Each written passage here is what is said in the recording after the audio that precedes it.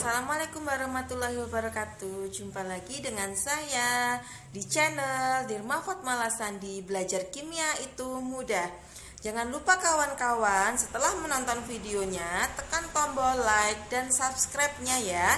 Kemudian jangan lupa pula tulis di kolom komentar jika ingin tanya pertanyaan atau berkomentar tentang pelajaran, sehingga dapat menambah pengertian atau wawasan juga. Terima kasih ya.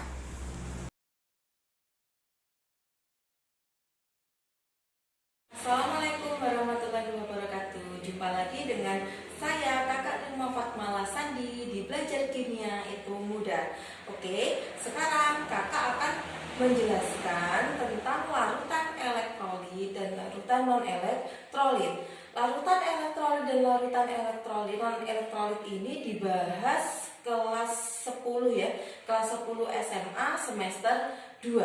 Apa sih larutan elektrolit itu?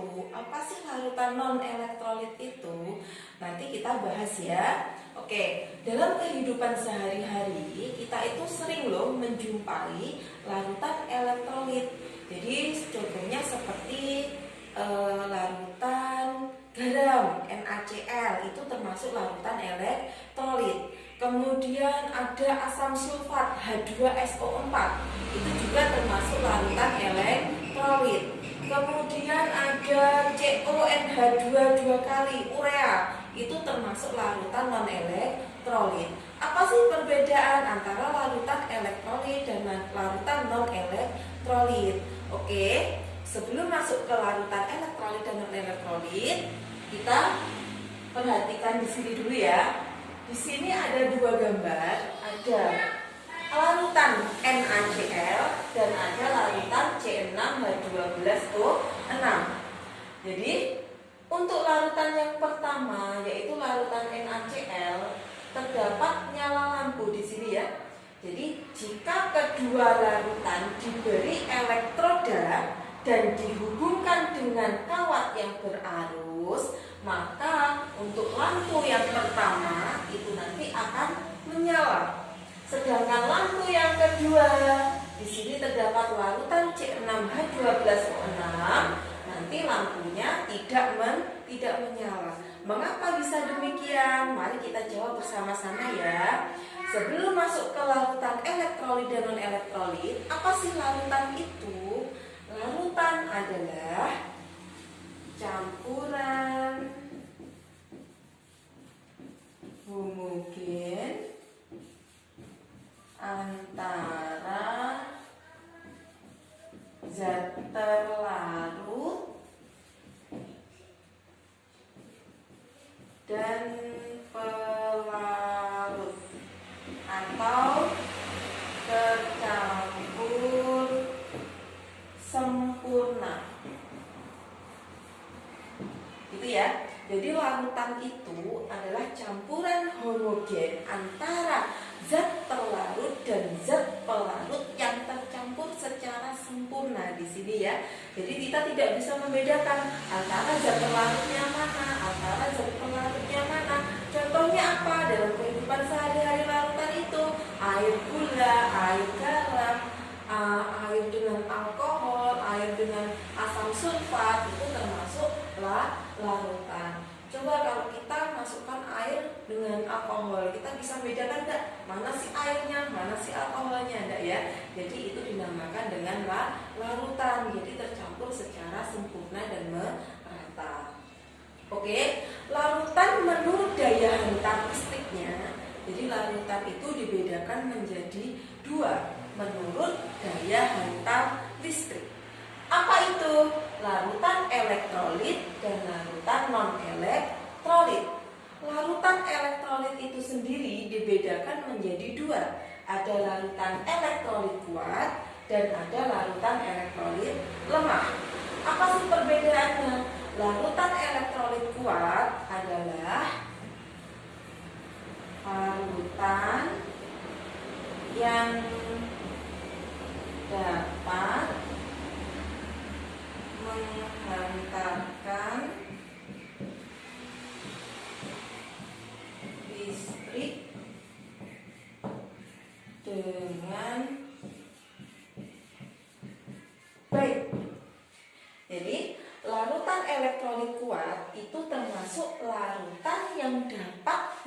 menghantarkan listrik dengan baik.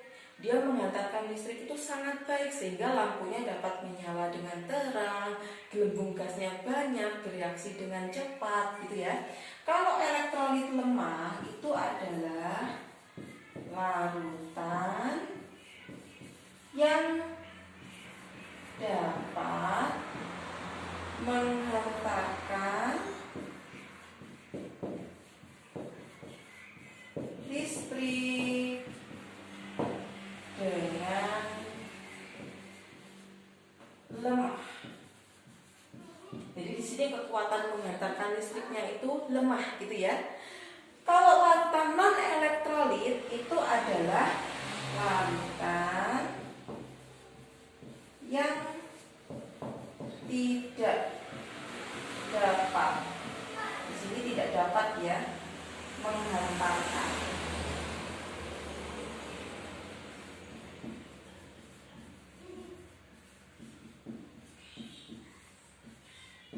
Jadi kalau larutan non elektrolit itu adalah larutan yang tidak dapat menghantarkan listrik sama sekali. Jadi tidak bisa menyalakan lampu, tidak ada gelembung gasnya gitu ya. Oke, setelah kita tahu apa sih arti larutan elektrolit kuat, larutan elektrolit lemah, dan larutan non elektrolit, mari kita bicarakan perbedaan ketiga larutan ini.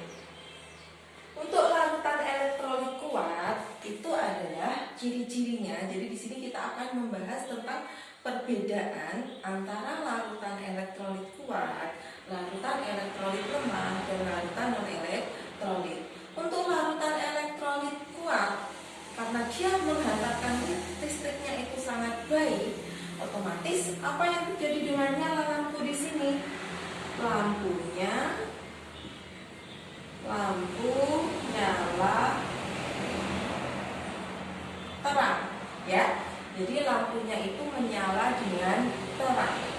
Untuk gelembung gasnya gimana? Gelembung gas itu apa sih? Gelembung gas itu menandakan di sini itu terdapat reaksi. Jadi kalau di sini ada elektroda kemudian dihubungkan dengan arus listrik, maka nanti di elektroda itu di bawahnya sini pasti itu terdapat gelembung gas. Gelembung gas itu menandakan adanya reaksi. Berarti kalau elektrolit kuat, nanti gelembung gas itu banyak ya, atau ada gelembung gas banyak. Kemudian untuk setelah itu, kalau elektrolit lemah bagaimana? Kalau elektrolit lemah, di sini contohnya larutan HCN ya, itu nanti lampunya nyalanya redup ya, bisa redup bahkan tidak menyala atau cuma remang-remang gitu ya, cuma keluar sedikit cahaya gitu kalau larutan elektrolit lemah. Kemudian gelembung gasnya gimana? Sedikit di sini. Gelembung gas sedikit. Iya.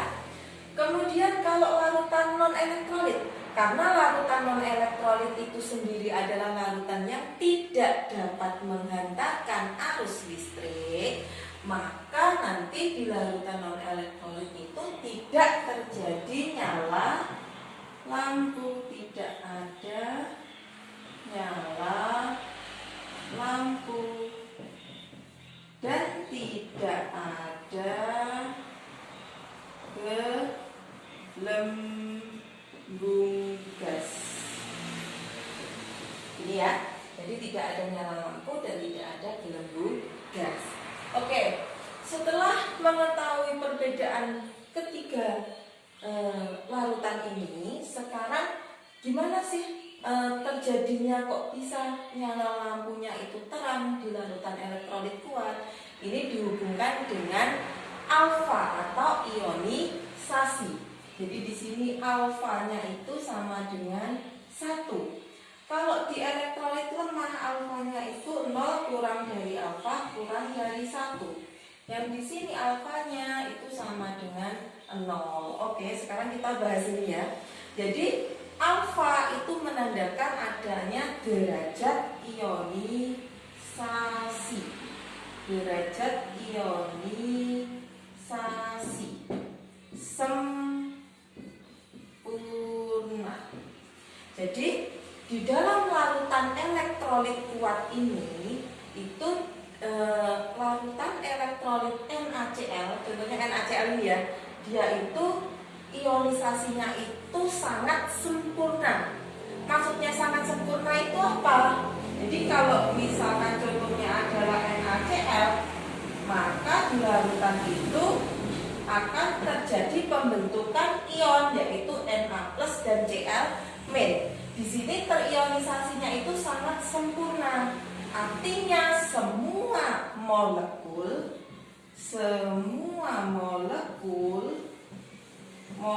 NaCl itu menjadi ion-ion. Ini ya. Jadi semua molekul yang ada di dalam larutan elektrolit kuat itu semuanya menjadi ion, ion positif dan ion negatif. Karena saking banyaknya ion positif dan ion negatif yang terbentuk, maka positif dan negatif bertemu akan menjadi arus listrik, gitu ya.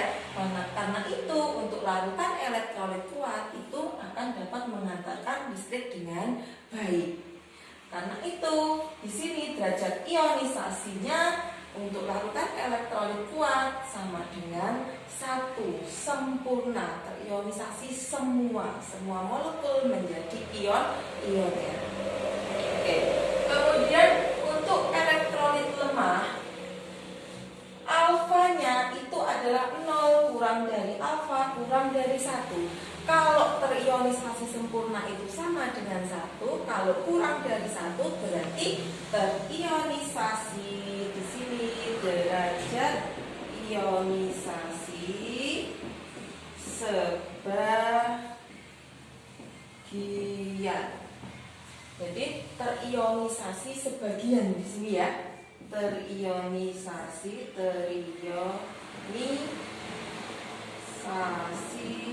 sebagian. Apa yang membedakan antara elektrolit kuat? Nah, kalau elektrolit kuat itu tanda panahnya di sini itu 1, ciri-cirinya semua menjadi ion. Kalau larutan elektrolit lemah itu maka panahnya adalah seperti ini. Panahnya bolak-balik atau 2 arah. Kalau yang elektrolit kuat panahnya adalah 1 arah ya. Kalau elektrolit lemah panahnya 2 arah seperti ini. Jadi H+ plus Cn-. Oke, di sini terionisasi juga, tapi ionisasinya sebagian. Artinya apa? Di dalam larutan itu ada, jadi dalam larutan itu ada HCl, ada H+, ada Cn-. Ini ya, ini spesies ionnya. Ini. Nah, jadi di dalam larutan elektrolit lemah itu tidak semua molekul HCl itu menjadi ion-ionnya, tapi masih ada yang dalam bentuk molekul HCl seperti itu ya. Jadi kalau di dalam larutan elektrolit kuat itu semuanya menjadi ion, tapi kalau di dalam larutan elektrolit lemah itu hanya terionisasi sebagian. Artinya di dalam molekul itu ada yang menjadi ion H+ dan Cn- dan ada yang masih dalam bentuk molekul HCl. Karena masih ada dalam bentuk molekul HCl dan ionnya itu sedikit, karena itu elektrolit lemah itu nyala lampunya redup dan gelembung gasnya hanya sedikit, karena ion-ion plus dan ion net-nya itu juga sedikit, seperti itu ya. Oke, kemudian larutan non elektrolit. elektrolit. Apa sih larutan non elektrolit itu? Di sini larutan non elektrolit itu gimana ya? Tidak menyala, jadi tidak ada nyala lampu, kemudian juga tidak ada gelembung gas. Di sini alfanya sama dengan 0. Kenapa kok alfanya sama dengan 0? Karena di dalam larutan non elektrolit itu tidak terjadi ionisasi. Jadi kalau ada C6H12O6 di sini tidak ada terionisasi. Jadi tidak terjadi ionisasi atau tidak membentuk ion positif dan negatif seperti ini ya. Jadi kalau di dalam larutan non elektrolit itu karena dia tidak terjadi pembentukan ion-ionnya, otomatis tidak ada plus dan tidak ada min yang bertemu, otomatis tidak ada nyala lampu atau tidak ada arus listrik. Seperti itu ya.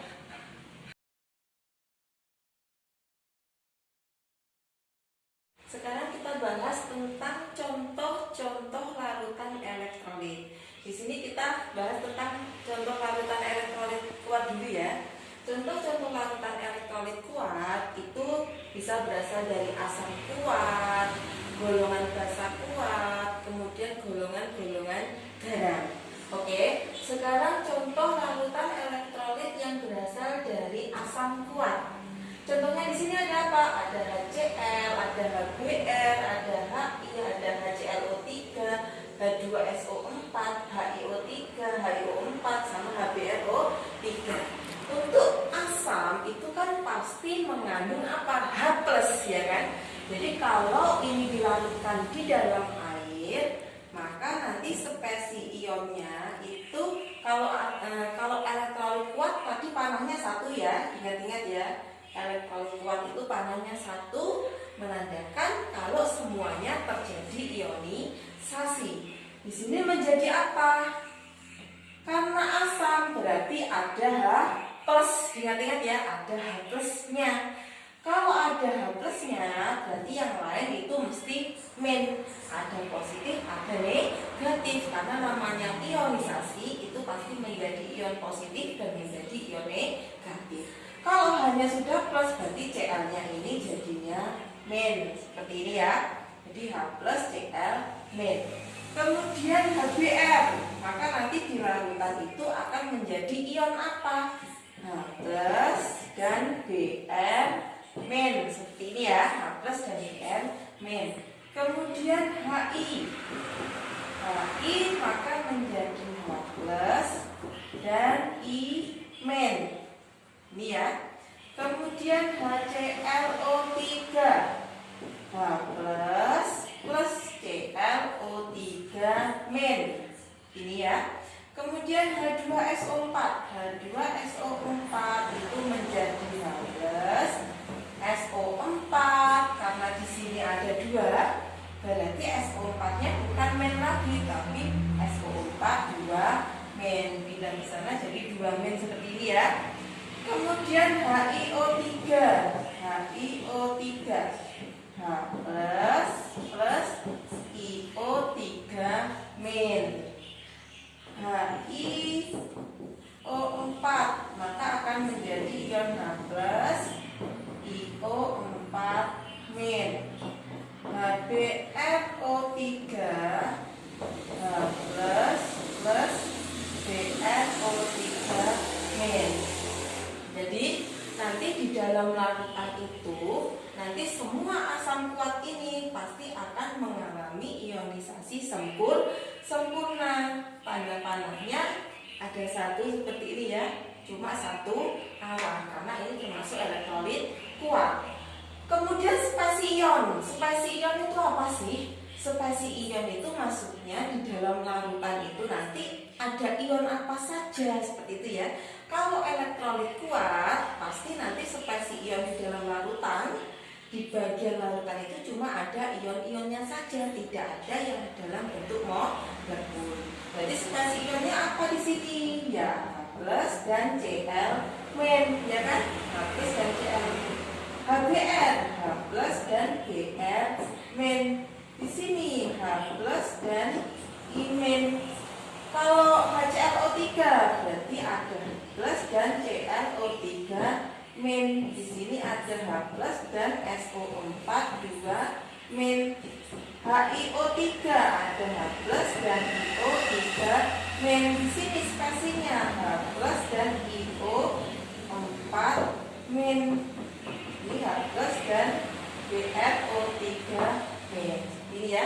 Jadi ion-ion ini yang dinamakan dengan spesi ion. Maksudnya yang ada di dalam larutan nanti itu ion-ionnya apa saja gitu ya.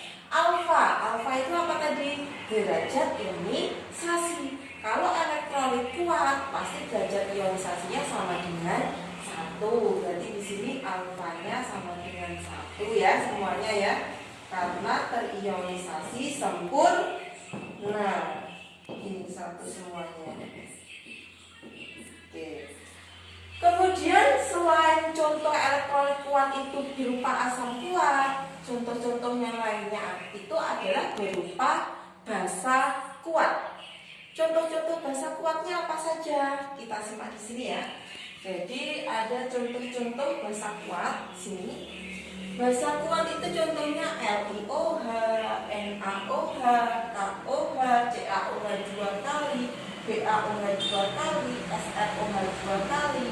Nah, contoh-contoh basa kuat ini termasuk elektrolit kuat. Dalam kehidupan sehari-hari itu ini dapat menghantarkan listrik dengan sangat baik. Oke, kemudian ionisasinya gimana? Karena basa berarti OH min, gitu ya. Karena basa berarti OH min. Berarti di sini LiOH nanti menjadi harus ada OH minnya gitu ya. Berarti kalau yang lainnya OH min, mesti yang lainnya jadinya adalah plus. Ya, Li plus OH min. NaOH, Na itu golongan 1 berarti Na plus OH min.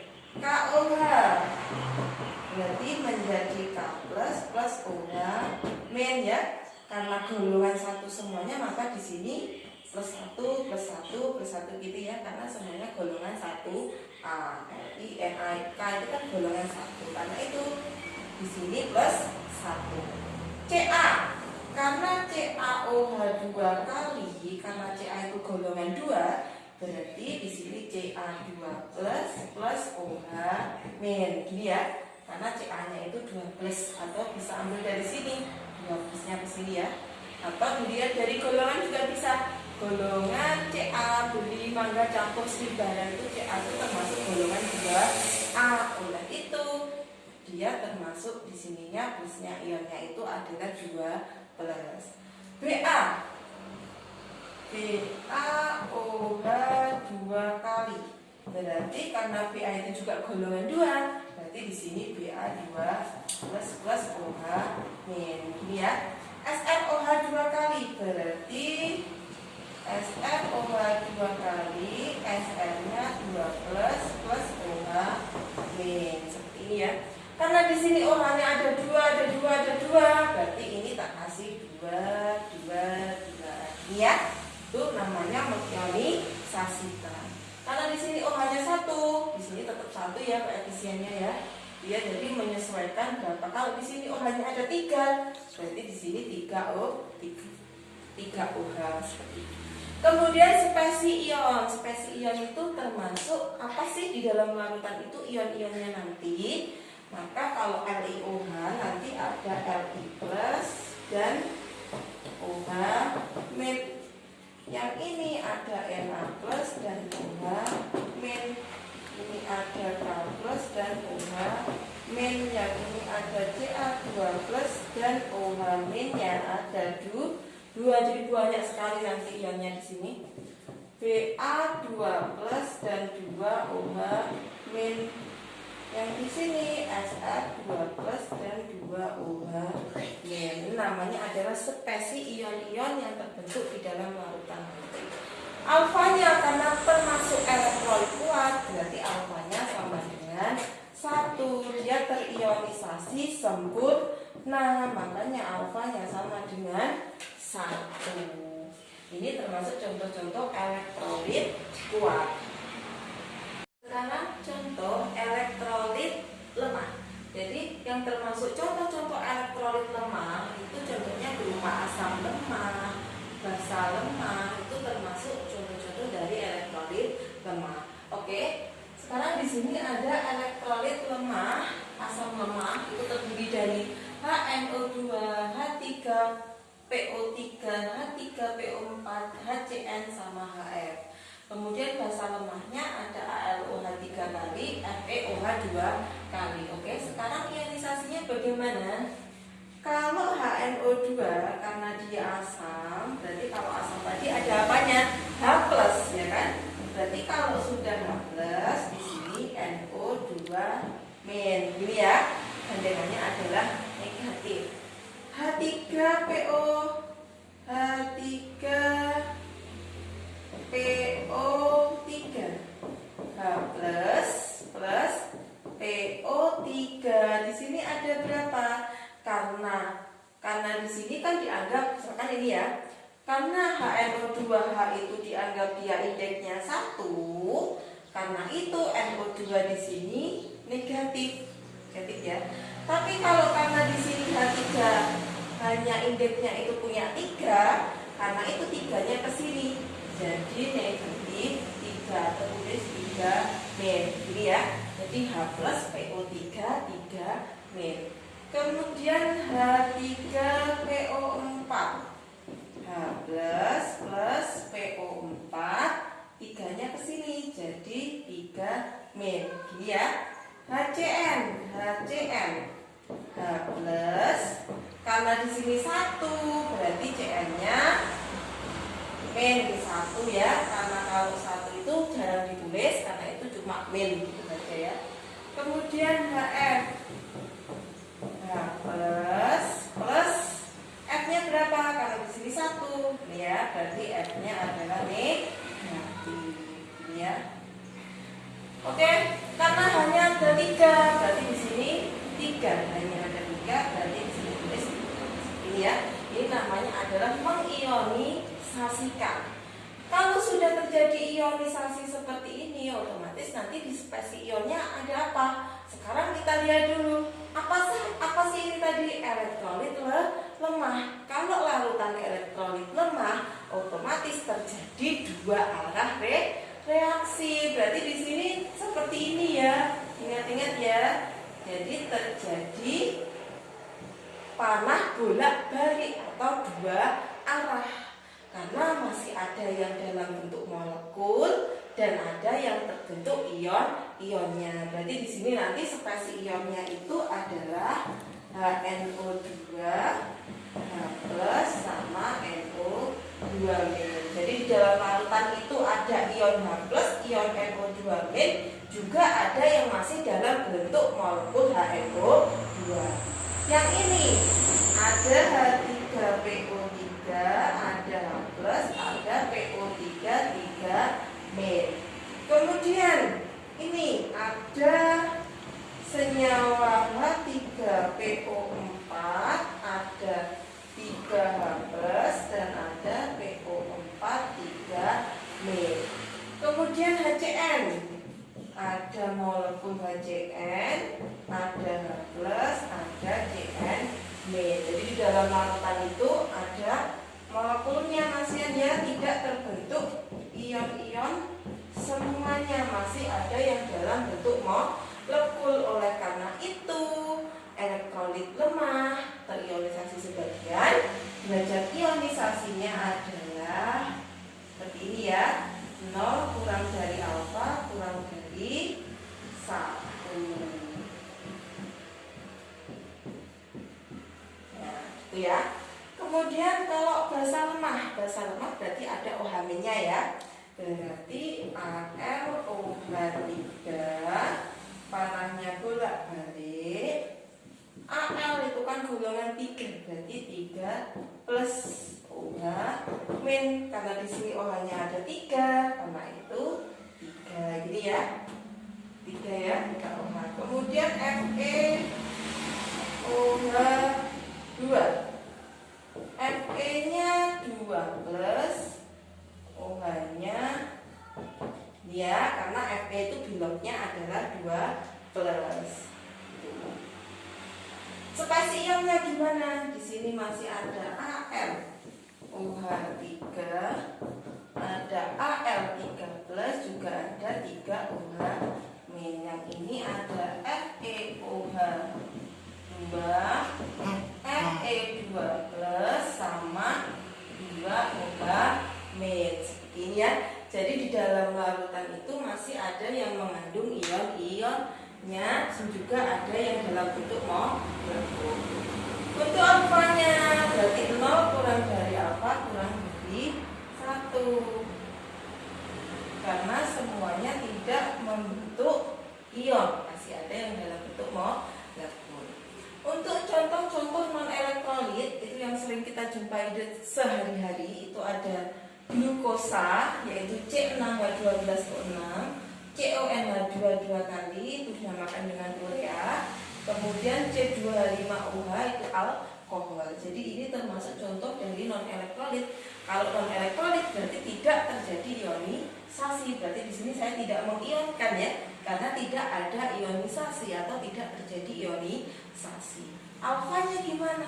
Alfanya sama dengan 0, karena di sini tidak ada yang terionisasi. Seperti itu ya. Jadi perlu kita ingat lagi ya, kalau larutan elektrolit kuat itu adalah larutan yang dapat menghantarkan listrik dengan baik. Contohnya asam kuat, basa kuat, garam-garam gitu ya. Kalau elektrolit lemah, larutan yang sulit menghantarkan listrik atau menghantarkan listriknya itu sangat lemah gitu ya. Contohnya apa? Basa lemah, asam lemah, seperti itu. Kalau larutan non-elektrolit itu adalah larutan yang tidak dapat menghantarkan listrik, contohnya seperti gula, urea, dan alkohol.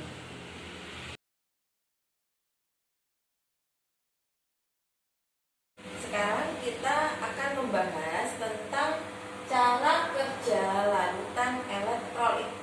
Cara kerja larutan elektrolit itu bagaimana? Kenapa sih larutan elektrolit itu kok bisa menghantarkan listrik sehingga lampu di sini dapat menyala meskipun itu nyalanya terang atau nyalanya redup?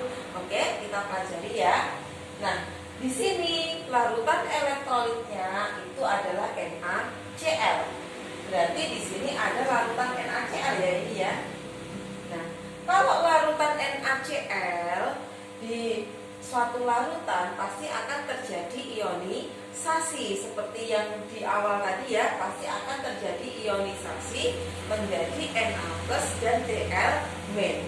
Untuk menunjukkan terjadinya peristiwa arus listrik yang mengalir, ini caranya adalah ada larutan elektrolit yang berupa NaCl, kemudian dikasih elektroda, terserah elektrodanya bisa batang karbon atau bisa suatu aluminium, yang penting yang bisa dapat menghantarkan listrik. Jadi di sini ada elektroda, kemudian dihubungkan dengan sumber arus.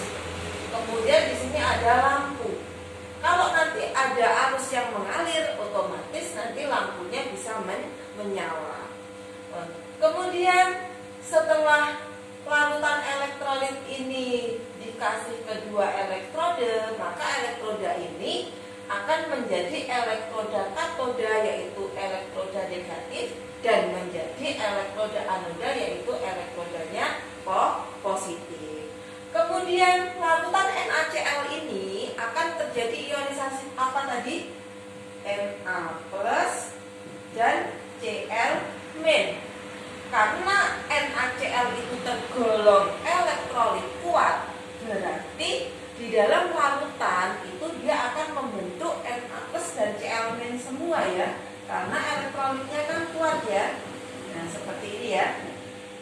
Kemudian karena Na+ ini dia plus, berarti mendekati yang mendekati apa? Mendekati katode. Berarti di sini itu terdapat Na+ seperti ini ya. Nah, seperti ini. Kemudian ion-ion yang negatif yaitu Cl-, maka mendekati anode yang positif. Ingat-ingat ya, kalau ion positif mendekati katode, kalau ion negatif maka mendekati anode yang bermuatan positif. Nah, di sini terjadi apa? Ion Cl-, karena kelebihan elektron, ion Cl- ini melepaskan elektron ke anode. Jadi ion Cl- melepas elektron ke anode. Cl- melepaskan elektron ke anode. Kemudian elektron dari anode ini mengalir ke mana? Mengalir ke katode. Kemudian ion Na+ menangkap elektron dari katode, seperti itu. Jadi Cl- melepaskan elektron, ditaruh ke anode, kemudian dialirkan elektronnya menuju katode. Kemudian elektron dari katode itu ditangkap oleh Na+. Jadi sedemikian alirannya, seperti itu terus. Elektron dilepaskan, ditangkap di katode. Elektron dilepaskan dari anode, ditangkap ke katode. Jadi terus seperti itu aliran elektronnya. Karena adanya aliran elektron terus menerus, akhirnya terjadilah sumber arus, sehingga lampu di sini dapat menyala. Jadi kalau aliran elektron itu dari anode ke katode, kalau arus itu mengalir dari kutub positif ke kutub negatif, seperti itu ya. Jadi di sini karena saking banyaknya ion Na+ dan ion Cl- yang terbentuk, berarti lampunya dapat menyala lebih terang. Karena di sini NaCl itu termasuk elektrolit kuat, seperti itu ya. Jadi kalau elektrolit kuat itu nanti dapat menimbulkan lampunya nyalanya lebih terang. Kemudian terjadinya apa di sini? Itu terjadinya gelembung-gelembung gas, karena adanya apa tadi? Adanya reaksi melepaskan elektron dan menangkap elektron, sehingga terjadilah gelembung-gelembung gas, menunjukkan adanya reaksi pelepasan dan penangkapan elektron, seperti itu ya. Kemudian untuk elektrolit lemah sekarang.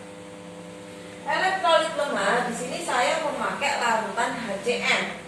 Berarti kalau elektrolit lemah itu kan lemah, otomatis ingat-ingat di sini pasti ada panah dua arah kalau elektrolit lemah. Di dalam larutan itu ada ion H+, ion H+-nya itu mendekati ini ya, mendekati katode ya, yang plus ya. Kemudian Cn-nya mendekati anode, ini ya. Nah, kemudian selain ada ion-ionnya, juga ada yang masih dalam bentuk larutan HCN di sini.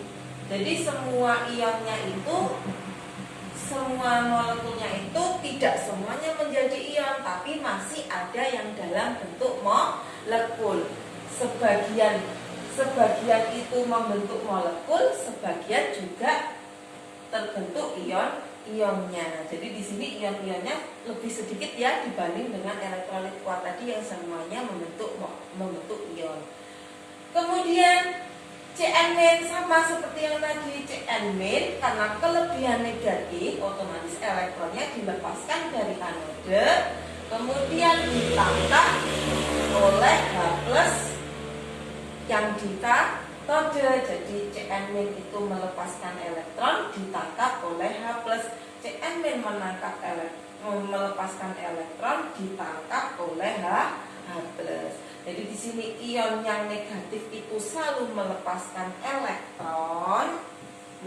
elektronnya ke anode, kemudian dialirkan ke katode oleh H+, elektronnya ditangkap. Jadi menangkap elektron dari katode itu fungsi dari ion yang positif. Kalau ion yang negatif melepaskan elektron, elektron, ion yang positif menangkap elektron. Jadi sedemikian terus menerus sampai ion-ion tersebut habis. Kalau ionnya sudah habis berarti tidak ada reaksi lagi. Tapi di sini karena ionnya itu sedikit, berarti lampunya juga nyalanya redup. Karena ion-ionnya tadi kan sedikit, elektrolit lemah. Kemudian gelembung gasnya gimana? Gelembung gasnya juga sedikit, karena ion-ion yang bereaksi itu juga sedikit. Sebagian masih ada yang dalam bentuk molekul, sebagian ada yang dalam bentuk ion. Jadi di sini intinya di dalam larutan elektrolit itu dapat menghantarkan listrik karena adanya ion-ion yang bergerak bebas di dalam suatu larutan. Karena adanya ion-ion yang bergerak bebas itu akhirnya terjadilah arus listrik. Ion positif menangkap elektron, ion negatif melepaskan elektron. Akhirnya saling tangkap dan melepas, akhirnya terjadinya arus listrik. Nah, disinilah terjadinya cara kerja larutan elektrolit kuat dan larutan elektrolit